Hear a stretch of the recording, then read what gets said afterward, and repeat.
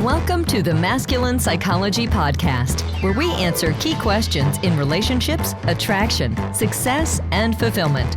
Now, here's your host, world-renowned therapist and life coach, David Tian. Welcome to the Masculine Psychology Podcast. I'm David Tian, your host. In this episode, we'll be getting into the reality of what women really want in a man. If you don't know this, you'll be left confused and scrambling when it comes to attracting women, especially if you end up in relationships with them. And the longer the relationship goes, the more this becomes important. And of course, this question of what are women most attracted to in men is a really important one, and one that you'd have to get clear on before you have any kind of dating skills course. So you can imagine that in my best-selling course, Invincible, we lay it out right from the beginning, and we make it very clear what are the things that women respond to and are attracted to. Several episodes ago, I devoted an entire episode to what women are attracted to when it comes to short-term dating and mating versus what they're attracted to and respond to and want in a long-term partner. The research has shown that there is a difference. They're looking for different things depending on if it's a short-term fling or a one-night stand versus a husband. The episode I have in mind, I would focus on the more puzzling thing for most people, which is women's preferences when it comes to short-term mating and dating. But in this episode, I'm going to be examining it from a different angle, and I'll introduce it by way of a question that I got from a listener. And so here's the excerpt from the question. Do women still like men who are dominant, aggressive, and masculine in relationships? Or do they prefer men with emotions, etc.? I see a lot on social media about this topic. There are two sides to this debate. Both seem as fierce as each other. I don't care about the debate. I just want to know what women really want from a man. And the really there is in all caps. Okay, so we've got this dichotomy here between what he calls men who are dominant, aggressive, and masculine in relationships versus those who prefer men with emotions. So notice that he has mentioned relationships. So we're going to look at it in that context, not just for a one-night stand, but for a relationship over time. Notice also the three characteristics or qualities that he's mentioned here: dominant, aggressive, and masculine. And he's set that up against men with emotions. But notice there are emotions involved when you're being dominant, especially when you're being aggressive. And then there's this very vague concept that's undefined here, which is masculine in relationships. And of course, there are emotions underlying being masculine as well. So it's not that they're devoid of emotions, but that there are different types of emotions, and which ones do they prefer? I expect that what he means by do they prefer men with emotions, what he has in mind are more touchy-feely emotions like connection and affection and being present, compassionate, willing to feel sadness, and maybe even positive emotions like joy and happiness, which might even be a level of vulnerability that's not available to someone who's acting, quote unquote, dominant, aggressive, and masculine.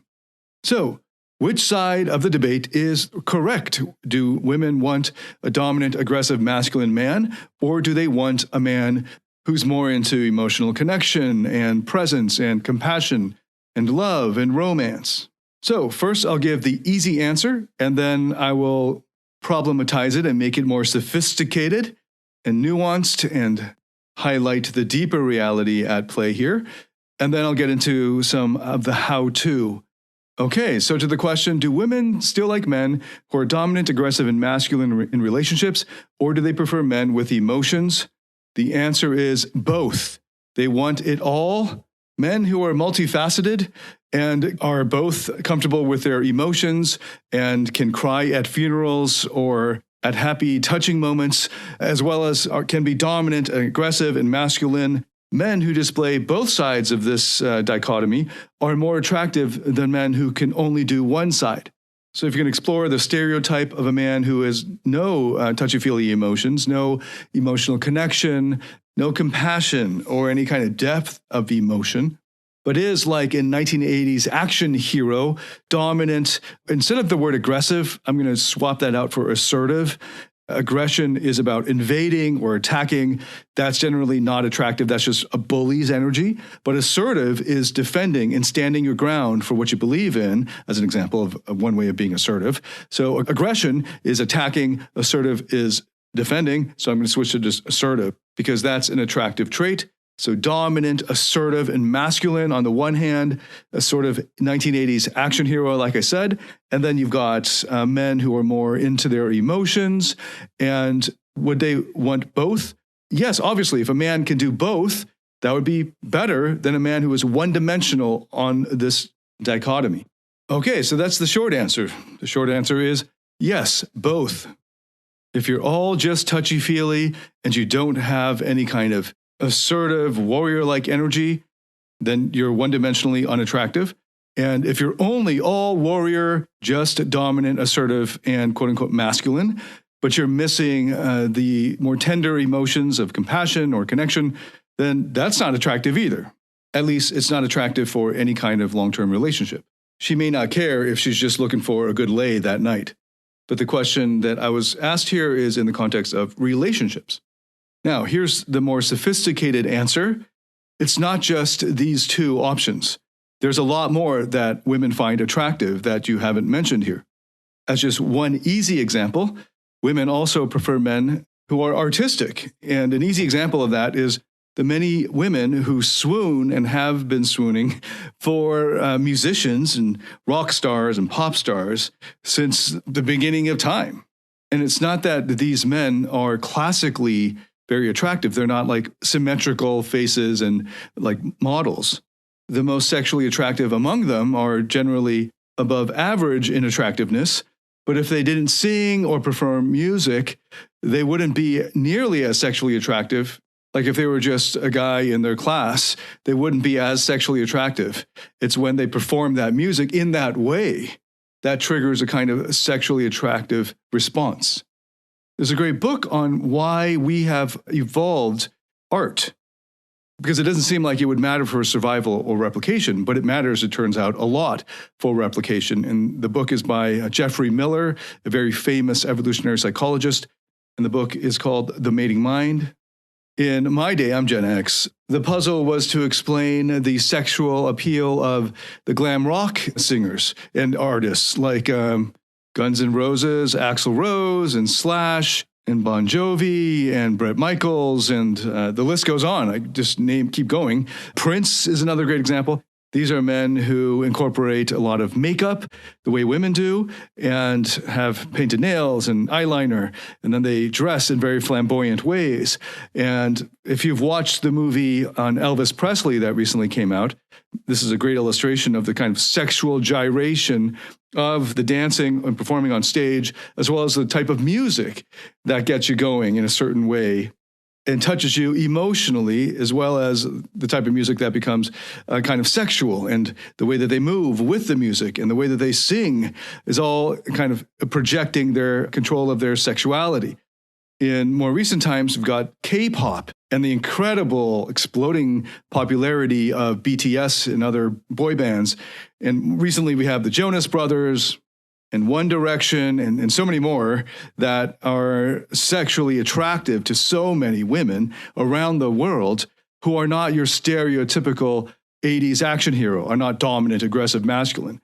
Most guys were raised with the sort of toxic masculinity of just be tough and beat the competition, not realizing that that's so one-dimensional and boring to most people that you can't even make a movie about that because it's just so boring and predictable. And it's not that attractive to women, especially if it's more than one night. I mean, if they just wanted to bang a hot guy who kept his mouth shut and didn't show how much of a bimbo he was, they might just bang the muscular, good-looking guy. But just being dominant, aggressive, and masculine, I guess like the stereotypical head football player, dates the head cheerleader kind of bimbo to bimbo kind of pairing, misses out on the much more prevalent reaction to more sexual emotions that are evoked in art, especially in music and pop culture. That's just one of many examples. One other example off the top of my head is men who are funny, because humor displays intelligence, and intelligence is attractive. Now, if you have just general intelligence, but no relatability, in other words, you're just a nerd. So you're really smart, but you can't relate to most people, and you can't relate to pop culture, and you're just the nerd who just does computer programming or something, but you're really good at the computer programming, as an example. And just the fact that you're good at something that's highly intellectual is a bonus. It's like a real plus, right? It's a good advantage. Women will be attracted to the fact that you got that because that will lead to more money or resources or advancement, right? So that would be a good thing to have. They'd prefer a man who's intelligent, easily prefer a man who's intelligent to a man who's dumb.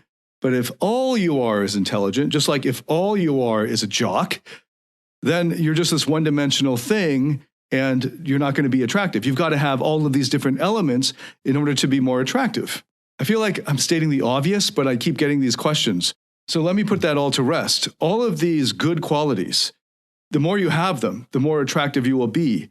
If you are, at different times, able to access dominance, assertiveness, being masculine, as well as a man with emotions, etc., as the man who wrote in put it, but you're also artistic and you're also highly intelligent, that's awesome. That's even better than if you only had one of those things.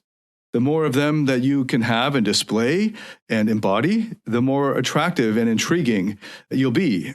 Now, here's a list of qualities that women find attractive and that most women find attractive. And I'll just rattle them off. There is some overlap between these qualities, so they're not mutually exclusive or anything.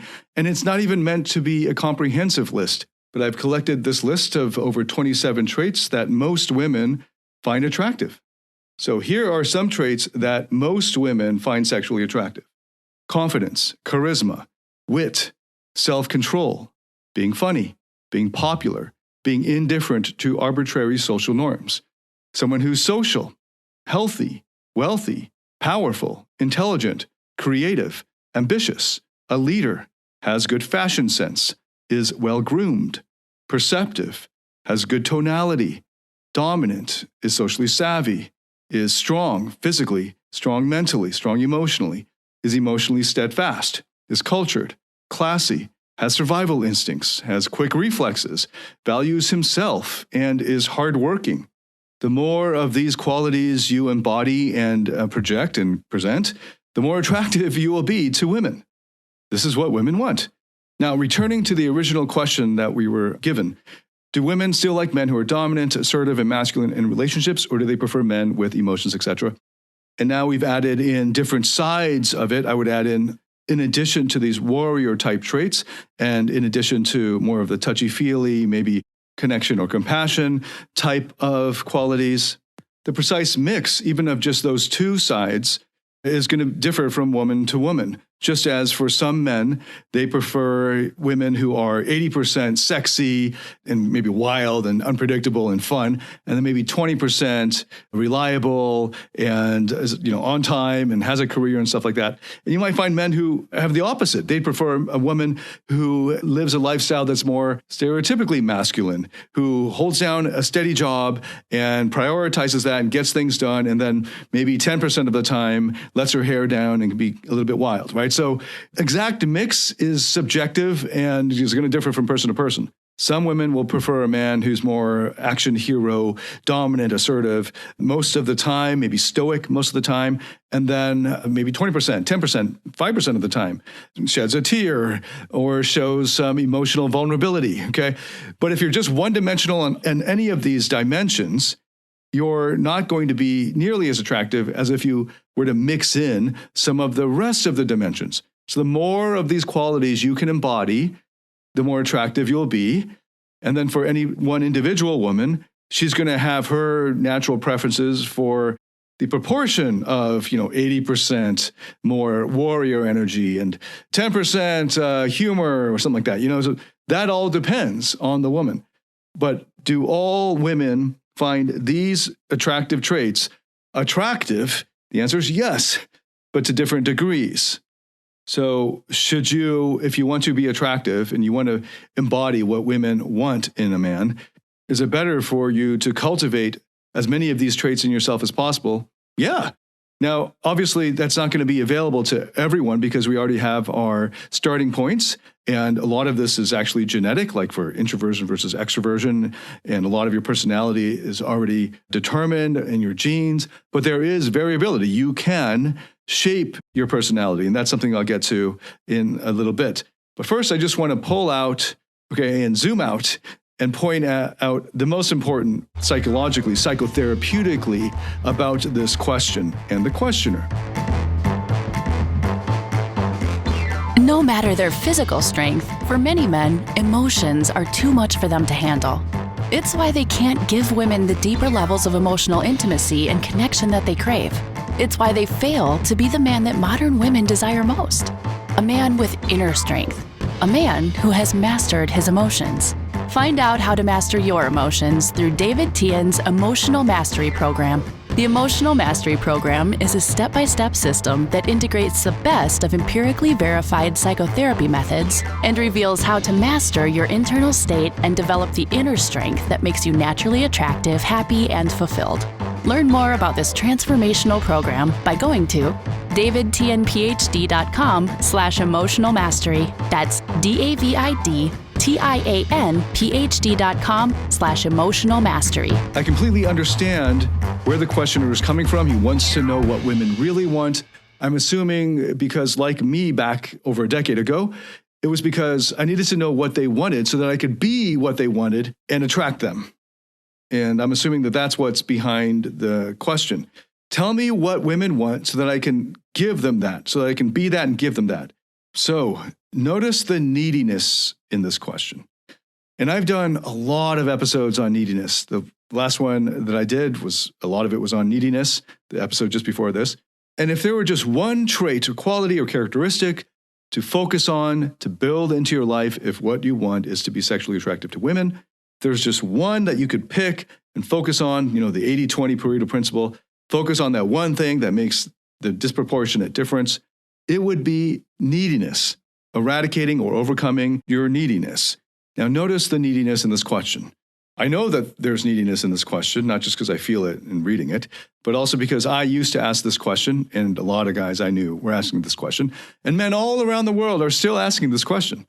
What do women want? Not because they are CEOs of cosmetic companies or because they are writing books for women, I don't know, some chick lit or something. No, it's because they want to know what women want so that they can be that and attract women. The implication here is that you can pick how you are, right? So you can choose to be more, in this, for the questioner here, more dominant, assertive, and masculine, or he could choose to be more in his emotions, etc. I keep saying emotions, etc. as kind of tongue-in-cheek for the question because the very fact that he's even called it emotions, etc. shows that he doesn't know actually very much about emotions. But anyway, I like that. Emotions, etc. Like it's a very dismissive way of describing this facet, emotions, etc. But the assumption here is if you get the answer, it's either A or B. Oh, it's A, then I'll be more of A. Or if it's B, then I'll be more of B. And notice what he's sacrificing here just to get women to like him. He's sacrificing his own personality. Tell me what they want because then I'll go and be that. Forget how I am now. Forget my own principles and values. Forget all that stuff. Just tell me what they want. And like a chameleon, I will do my best to fit what they want so that I can get them, right? To get their attraction and whatever he wants to do out of that, right? So if you get them to be attracted to you, then what? I guess you can have sex with them. Then you can have a relationship with the one that you like the most or something like that. He's just trying to get stuff from them. Connection, sex, security, whatever it is, right? Instead of asking the non-needy question of, who do I want to be? Regardless of what women think about that or judge it. Who do I want to be? Who should I be? And maybe even a bigger question is, what would a good human being be? And now we get into values and principles. And this is why in the lead up to every time I launch my course Invincible, which I launch once or twice a year, I have a video about why good men have an edge on attracting quality women. Because if you're a good man who cares and thinks about your values and you live those out, then women are simply secondary to that. And that means that you're not needy towards them in that sense anymore. You're not willing to sacrifice your values or your principles or how you are or your personality or shaping your personality just to kiss ass to women, right? Just to appeal to women. You have chosen why you are going to embody courage or cultivate confidence in yourself or compassion or whatever. It's because you have independent reasons that are important to you that you've thought through, I assume, for embodying those.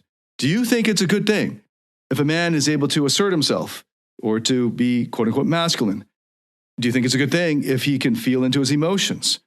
Right? That's something for you to decide separate from whether it's sexually attractive to women.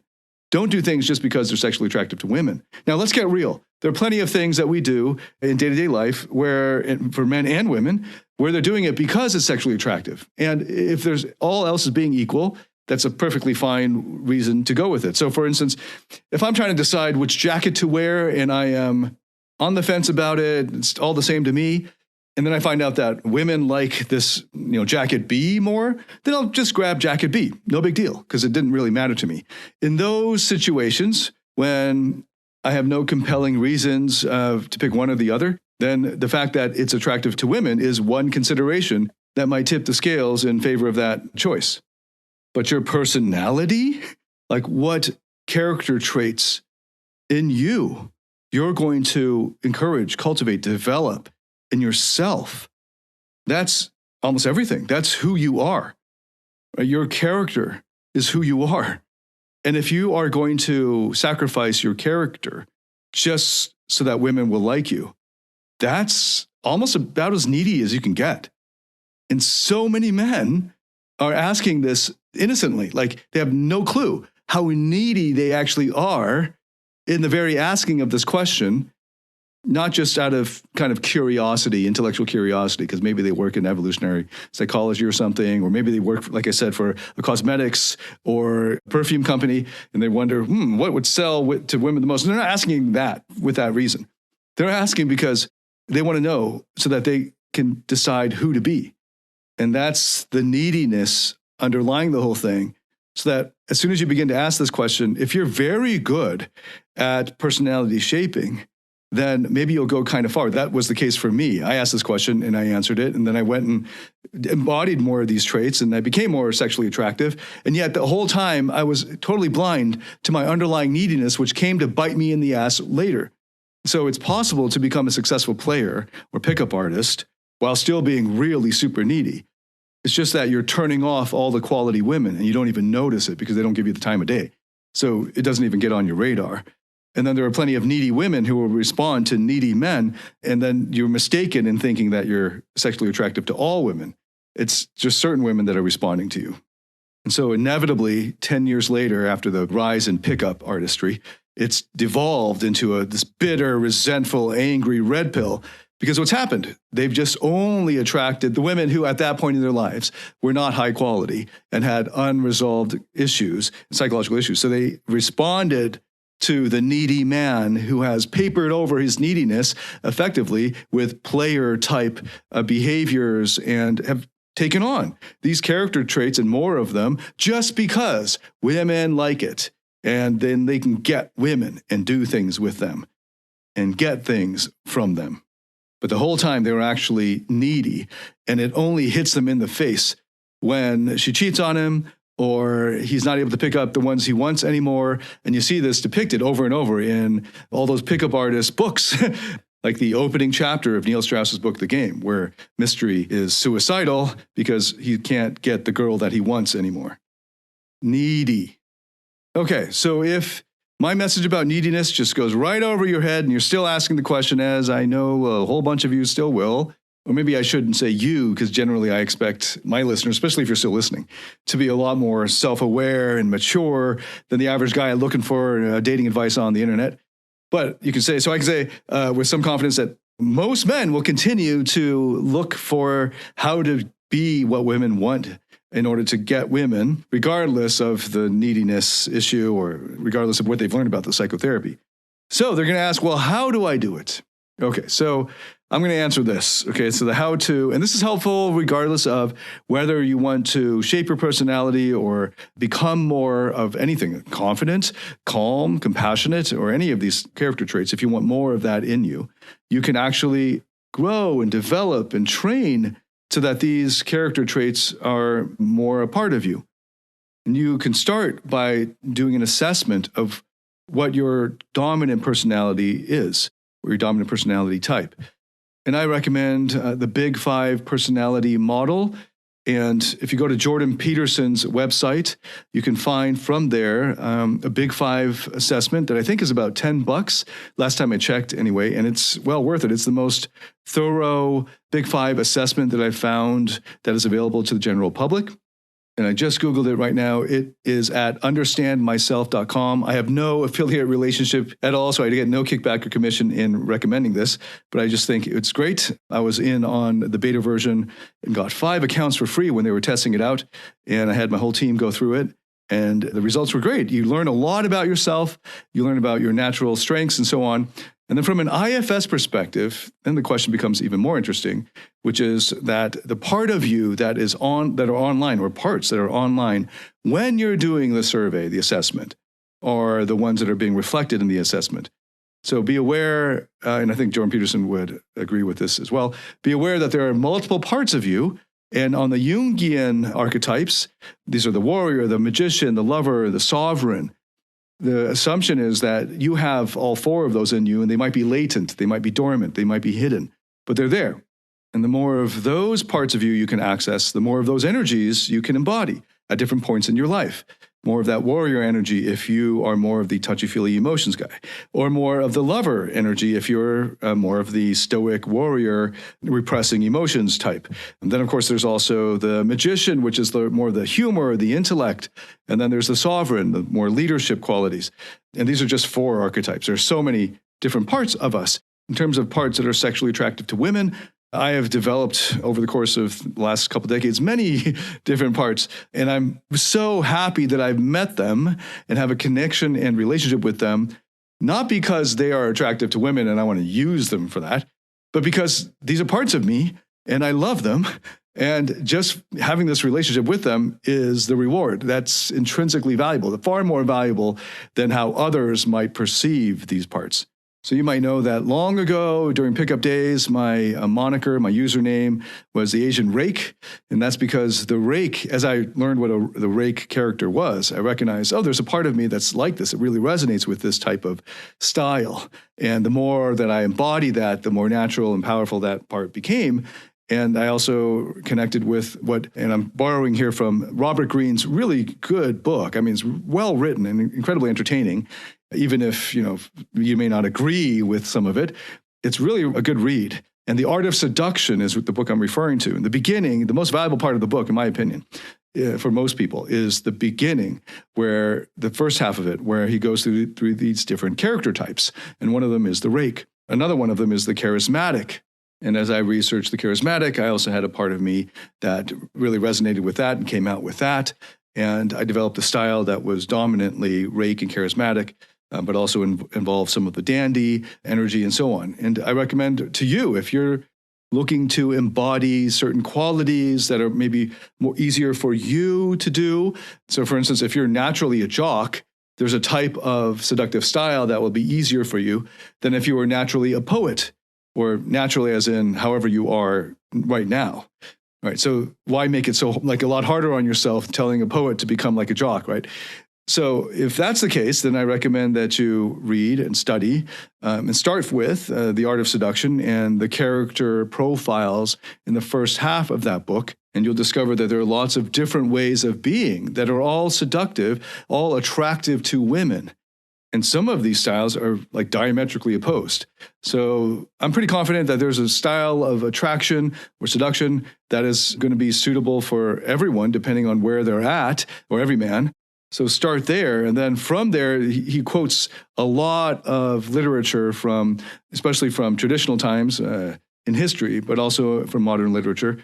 And he draws on a lot of historical examples, and you can dig more into those. I highly recommend that you go to the original sources, the primary sources for those. I'm a trained academic, so it was relatively second nature for me to dig up the original sources and to read around it and to reread with new eyes the ancient Chinese and ancient Japanese literature that he quoted, and learning a lot from that, a new angle to appreciate the literature that I had read previously. So a much more sophisticated answer than that original question of, do women like a dominant guy or a guy with all emotions, etc.? They like a lot of different types of men. And the more of these different traits you can embody, the more curiosity you will invoke, the more intrigue, the more interest in attraction that you'll be able to generate. And especially in a long-term relationship, the more she gets to know you, the more of these different aspects of your personality are out there for her to explore and experience, the more attractive it will be. But more importantly, notice the neediness in the question. The very question of what do women really want so that I can be that and I can, change and sacrifice parts of me in order to be that just so I can get the women. That's actually coming from a place of neediness. And that itself will undermine, in the long run, the whole project because it will undermine your attractiveness. Even though you might be able to adjust in the short term to become more attractive in the short term, in the long run, your neediness will sabotage the whole relationship. I know from personal experience, so take it from me, I've done both roads where, yes, I found out what women want, and then I went through a lot of effort to embody it and to cultivate that in me, and did personality shaping on myself and hypnosis and all kinds of things and to become more of that so that I can attract more women. And then I experienced the downfall of that and the underlying neediness there that finally came rearing its ugly head and became unmistakable in my face, and I couldn't deny it any longer. And then that sent me down a deep, dark road that eventually led to great triumph and the greatest learning in my life. And I think I'm still on that journey and enjoying it. But I'd like to save you, hopefully, some heartache and unnecessary pain, so you can just avoid the whole needy journey and go right to, if you can recognize it, the neediness underlying it, and go right to it and use the therapeutic process to address the underlying neediness. But if you still want to go the other route of personality shaping, I recommend that you start with a good personality assessment. They're fun to do anyway, and they're fun to learn about your dominant parts and the personality that they are. And you can start with Jordan Peterson's Big Five assessment. And I also recommend for fun, and also because it's not only fun to know, but it might even help you to get to know some of your parts that are naturally seductive, that are maybe hidden or only in potentiality and need some training and encouragement. And you can learn about those seductive styles in Robert Greene's book, The Art of Seduction. Hopefully now the answer of yes, both, and more as the answer to what do women want, this or that, is sufficient at the moment to turn you towards the neediness underlying the question. And if you like this podcast, subscribe on whatever channel you're listening to this on, and let me know what you think. Send me your comments. I love to read feedback and your comments, and please share this with anyone else that you think could benefit from it. Thanks so much for listening. I look forward to welcoming you to the next episode. David Tian, signing out.